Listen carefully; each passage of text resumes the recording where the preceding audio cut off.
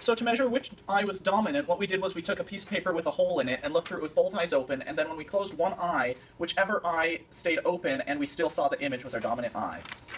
And the results for that were that we're all right-handed, except I was left eye dominant, Caleb was right eye dominant, and Alex was also right eye dominant.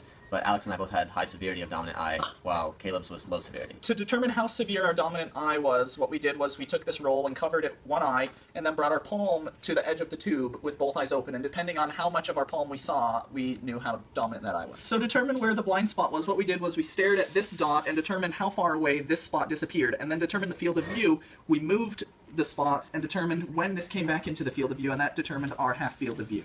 And so the results for that were Alex and Caleb both had a 10-inch distance approximately to where they saw their blind spot, and mine was 13.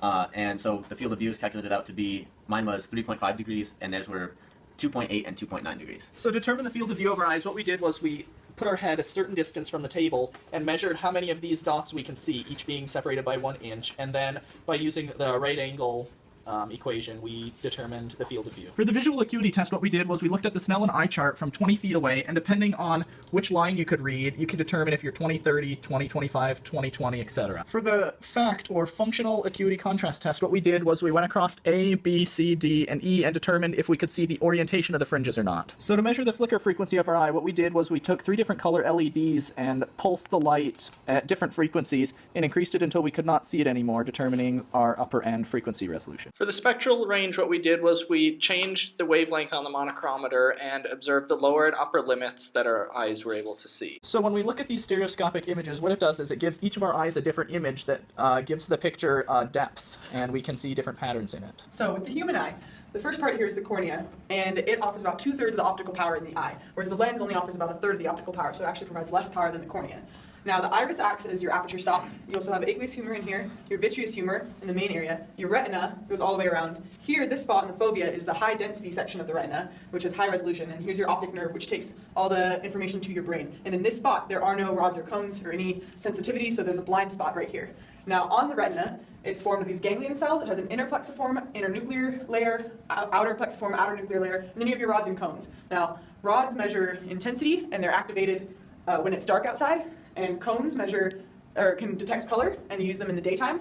And in the fovea, there's a high density of cones, and in the rest of the retina, there's a high density, or there's rods dominate. So the field of view of the human eye, if you're looking with just one eye, in the horizontal direction, you're about 150 degrees, vertically about 125 degrees. If you're looking with both eyes, you can see around 200 degrees horizontally and 125 vertically again. And overall, and you're also, if you can move your eyes left and right, you can see about 290 degrees. When you move your whole head, you can see almost all the way around. One way to measure eye performance is visual acuity. So separable acuity is usually measured by this angle alpha, which is the visual angle subtended by the 2 smallest discernible features. Now, the Snellen chart, which is the standard eye chart that you see in the doctors, is used to measure visual acuity, and this number, the Snellen number, for a perfect person is 20/20, and the 2 numbers mean the top number is the standard viewing distance, which is typically 20 feet, and the bottom number is the distance at which a normal person can view the line that you're able to read. Some of the factors that affect visual acuity include the diffraction limit, location on the retina, since the fovea has the highest resolution, and aberrations in the eye. Another way to measure eye performance is contrast sensitivity, which is the ability to resolve a sinusoidal pattern with varying spatial frequencies and varying contrast.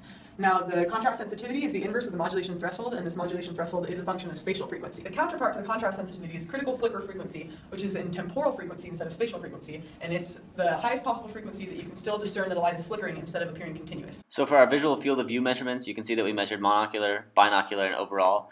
The eyes were only moving for the overall, and you can see that for our binocular, our numbers were a little bit high, and it's because we didn't take into account the nose when we were measuring this. And there was also some significant ambiguity when measuring using our periphery. So for the first visual acuity test, we used the Snellen chart, and you can see that Alex, who had glasses, had 20/20 with the glasses, but 20 or 4/20, which was interesting without the glasses. And Caleb and I both had basically normal vision except for his left eye. And here we have the results for our functional acuity contrast test, or the FACT test. And you can see that we plotted for all 3 of our profiles, and it has the contrast sensitivity on the far left increasing as you go up, the percent contrast going down as you go down, and the spatial frequency going up from left to right. So you can see that Caleb has an interesting peak right in the center of spatial frequency for contrast. Here we have the results for the flicker frequency test and the spectral range for all 3 of us.